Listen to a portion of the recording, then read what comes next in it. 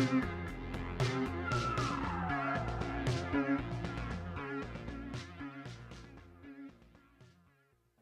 guys, and welcome back to TUTV. I'm Elise. And I'm Jack. This is a big episode. This is the last studio show of the year.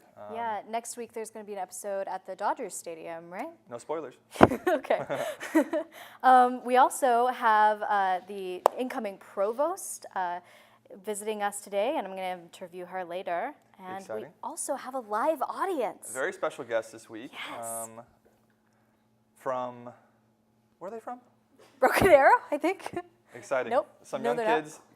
Some young kids coming in, you know. We're very excited that they're here. Yeah. And we'll go back to more on that later. Let's go to news.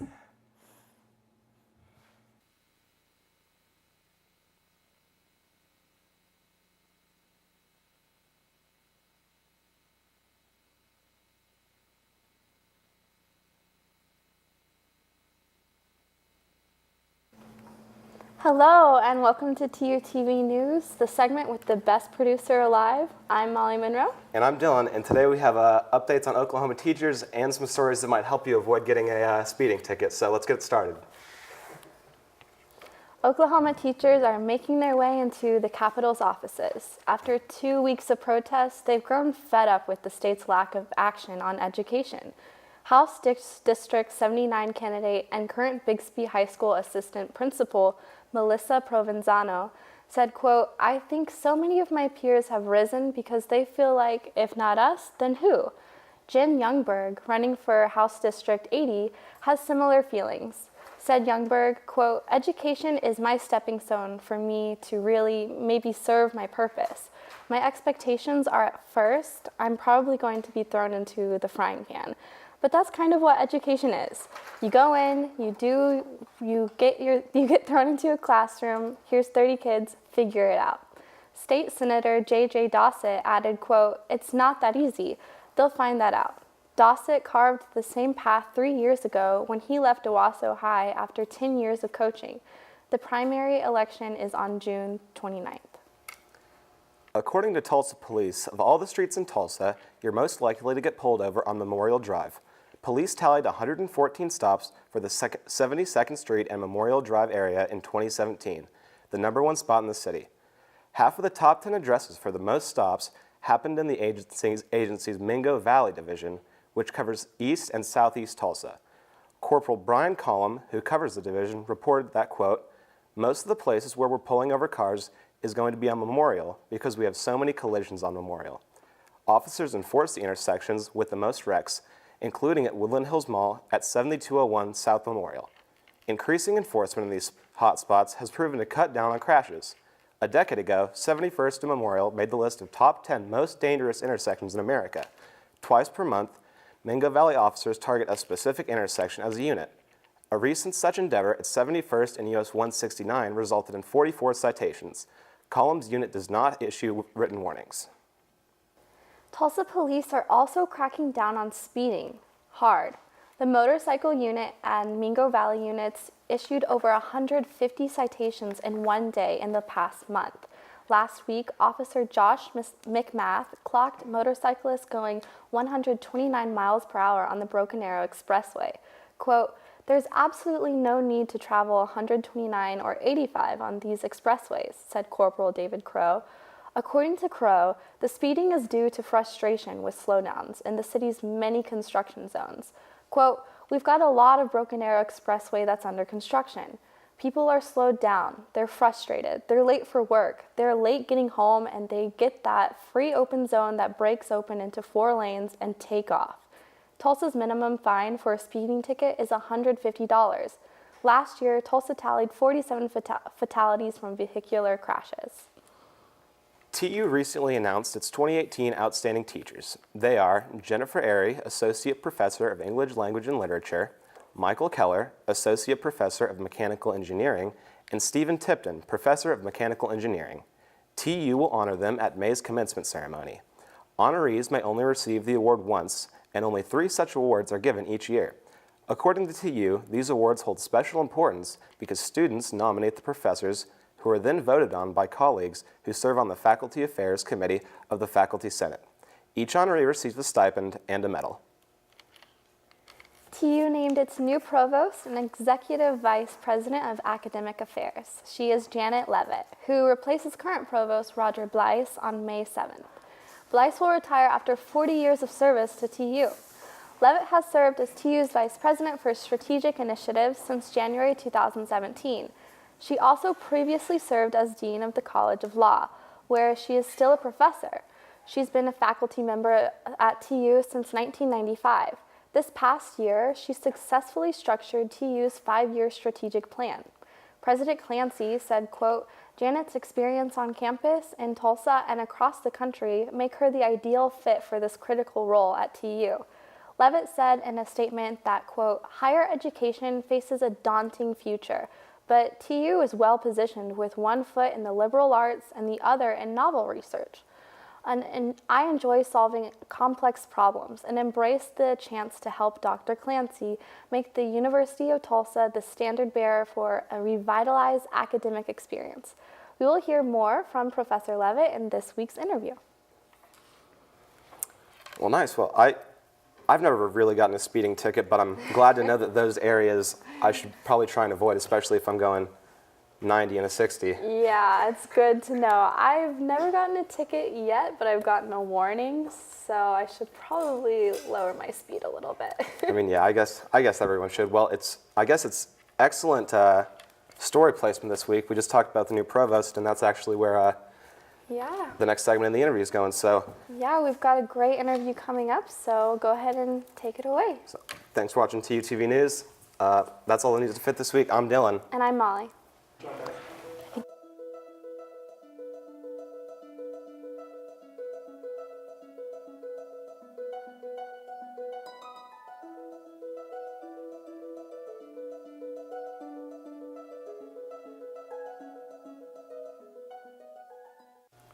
Hey, and welcome back. I'm Elise, and this is Janet Levit, the incoming provost. So how long have you been at the university?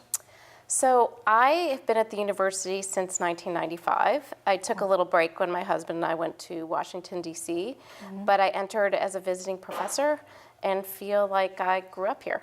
Wow. Where were you before you were in Oklahoma? So I grew up in Chicago, and I went to school out east and went to law school in Connecticut, and where I met my husband, who's from Oklahoma. So we moved out here and did judicial clerkships, which was sort of a year internship working for a judge after law school, and then joined TU. Wow. So you've held a lot of positions at TU. Tell me a little bit about those. Well, in a way, my favorite position will always be professor, because teaching the students here, the law students is what I'm the most familiar with. I'm looking forward to having the opportunity to teach undergraduates soon. Is really inspiring. The students here are smart and energetic and inspire all of our faculty to be our best, and so that was great. Dean of the law school was a tremendous experience of building a community and helping to get the community together to really improve the reputation of TU Law, which has been a benefit to our students and to the university as a whole. And then from there, I went to the president's office as vice president for strategic initiatives, and was primarily the architect, the coordinator of the strategic planning process. And that was tremendous because I learned about all the nuggets that are all over this university, and just what an unbelievable experience it is to be an undergraduate student here. And we really framed our strategic planning process around making sure that we preserve that as we had to grow other areas. And then the provost job, well, I can tell you on May 7th when I officially start, but it's very exciting, and I'm really honored to have that opportunity. Yeah, you obviously have impeccable credentials, and we're so excited that you're going into that position. But I know that some people are like, what is a provost? Like, you don't understand what that is. So tell us a little bit about what you'll be doing in that position. Sure. So at some places, the provost is called the chief academic officer. So companies might have a CEO, which would be analogous to our president. And then here, because our business and our focus is academics, you would have a chief academic officer. So I am the leader of the faculty and obviously work really closely with deans, associate deans, and the faculty. But we also have some pretty important initiatives that we're working on. One, we want to work to make sure that every student we let in and enrolls is successful and graduates on time. And so we're going to be focusing a big piece of our office on what we call student success. And I've already been working on that, and that's one of our priorities under the strategic plan. We also, it's the responsibility of the provost to look after and be the steward of all of our accreditation processes. And I think many of the students know we just went through one of those processes, and there's about 27 of those processes that might happen at a college level or a department level across campus at various times. And then we're going to be working on really implementing the strategic plan.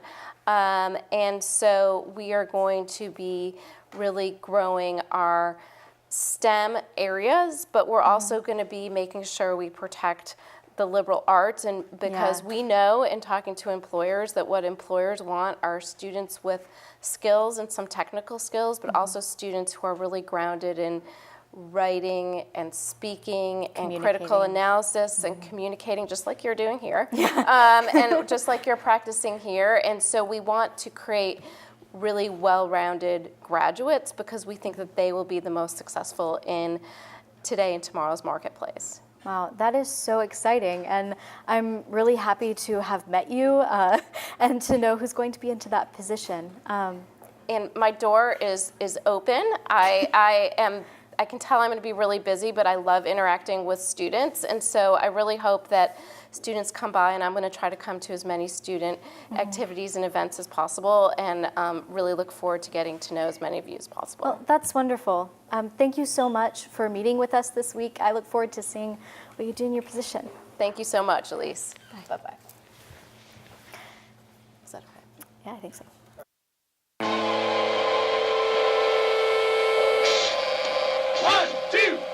No. Hello and welcome back to TUTV Sports, the higher budget alternative to ESPN. Of course. I'm Alex. And I'm Jack. The Thunder are beginning their playoff run. Both of our tennis teams are starting their conference, and highlights for a softball game that just happened, so enjoy. The Tulsa women's tennis team has completed the regular season. The Golden Hurricane hosted number 19 UCF on Friday in hopes of creating some momentum going into the postseason. Central Florida carried an 11-match win streak into the game. Tamara Kupkova would be immense as she won her doubles match and singles match to lead the way for Tulsa. Ksenia Laskatova and Martha Matula each earned key singles victories but were unable to best the number 51 ranked doubles team in the nation from Central Florida. The Golden Hurricane got the win, improving to 18-5 on the season. The American Athletic Conference tournament begins this weekend in Dallas, Texas. Meanwhile, the men's tennis team visited Texas to close out the season. On Wednesday, Tulsa traveled to Lubbock to take on 30th-ranked Texas Tech. Josh Goodger and Majed Kilani grabbed singles victories, but those would be the only wins for the Hurricane as they dropped the match 5-2. On Friday, the 13th Tulsa was in Dallas to take on SMU. Our top doubles team lost their opening game, but the Hurricane would dominate the singles matches, winning 5 of 6. This contributed to a much-needed victory for Tulsa going into the postseason. The men will also play in the American Athletic Conference tournament this weekend. The NBA playoffs are finally upon us. Having clinched the 4th seed in the West, the Oklahoma City Thunder hosted the Utah Jazz for the first game in their best-of-7 series. After surrendering a big lead to start the game, the Thunder eventually flipped the script with the help of lights-out performances from Paul George, who had 36 points and 7 rebounds. Russell Westbrook also chipped in 29 points and 13 rebounds to help the Thunder collect a 116-108 victory on Sunday. The two teams will play again at the Chesapeake Arena on Wednesday evening before traveling to Salt Lake City for the next leg of the series.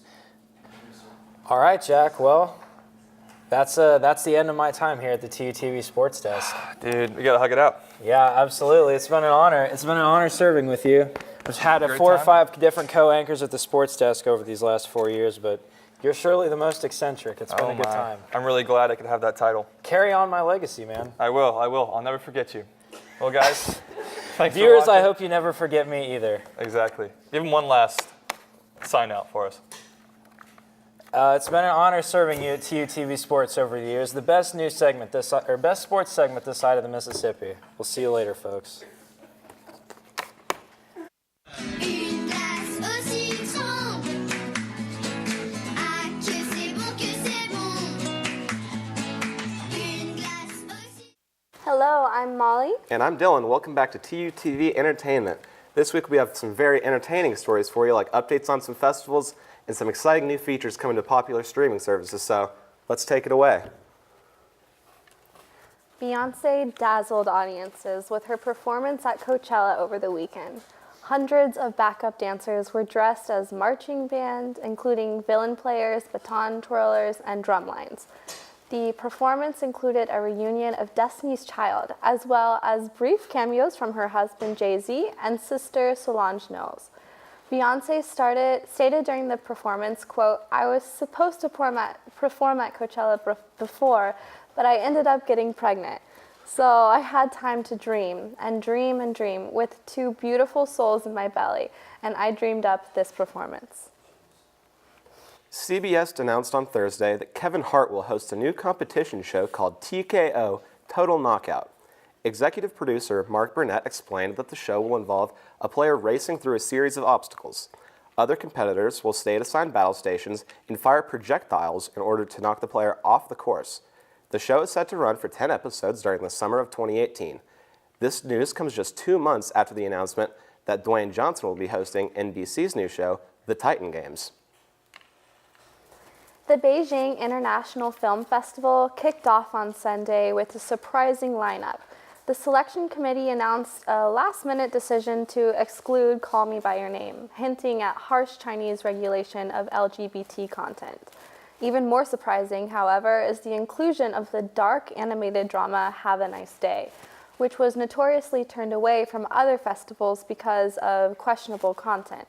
The festival will also feature an eclectic selection of screenings. Films like the Dark Knight trilogy, Jurassic Park, and 6 X-Men films will play alongside art house films by Ingmar Bergman and Andrei Tarkovsky.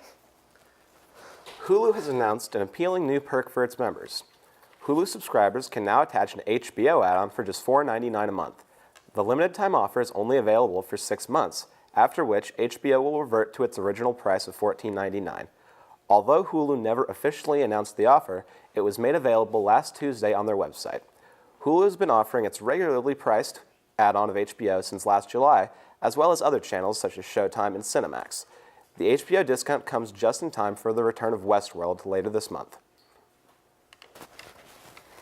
Film critics and fans alike are still mourning the death of Milos Forman, acclaimed director of One Flew Over the Cuckoo's Nest and Amadeus. Forman's death was announced by his wife, Martina, on Friday. He was 86 years old and died after a brief illness. Forman was a 2-time Academy Award winner, a recipient of DGA's Lifetime Achievement Award, and a longtime champion of artists' rights. Directors Guild President Thomas Schlam stated that, quote, "His contribution to the craft of directing has been an undeniable source of inspiration for generations of filmmakers." Wow, what a week in entertainment. Yeah, really though. It sounded like that Coachella performance was pretty legendary. Seriously, I'm so jealous. I have a huge case of FOMO over everyone that went to Coachella. Have you ever been? I've never been, but I have some friends that went, and they were uploading on Snapchat the entire weekend, and all the photos I saw, the cute outfits. I was like, why am I not there? Might have to make it out there sometime. I know. We still have next weekend, but I'm not gonna go either. Nor I, but it's chill. Either Yeah. it'll happen again. It'll happen again. Maybe. But anyway, thanks so much, guys. It's been another great week of entertainment. I'm Molly. And I'm Dylan, and thanks again for joining us again at TUTV Entertainment. See ya. Hey, welcome back, guys. So Man, I'm really sad to hear the director of One Flew Over the Cuckoo's Nest passed away. I love that movie. Yeah. Oh, really? Yeah, I've Nice. watched it like 3 times. It's really good. Cool. I'm a big Jack Nicholson fan. Yeah, that was really sad. But there's some cool things that are happening too. That thing about Hulu is nice. My is nice. sister has Hulu, so I'm sure she'll be happy about Yep. that. I was really excited to meet Janet Levit. I never was met great. the last provost, and I'm sure through no fault of his own. When you said, yeah, when you said some people don't know what a provost is, that was you talking about me because Oh, I cool. actually didn't know. So were you informed then? I really was, yeah. Cool. Very informative. And I thought I'd give the honor to our guests here. They're from St. Pius, the 10th, a middle school here in Tulsa. And we're so glad to have them. It's great to have some young people that are interested in what we do. Yeah. Because very rarely do people have interest in what we do.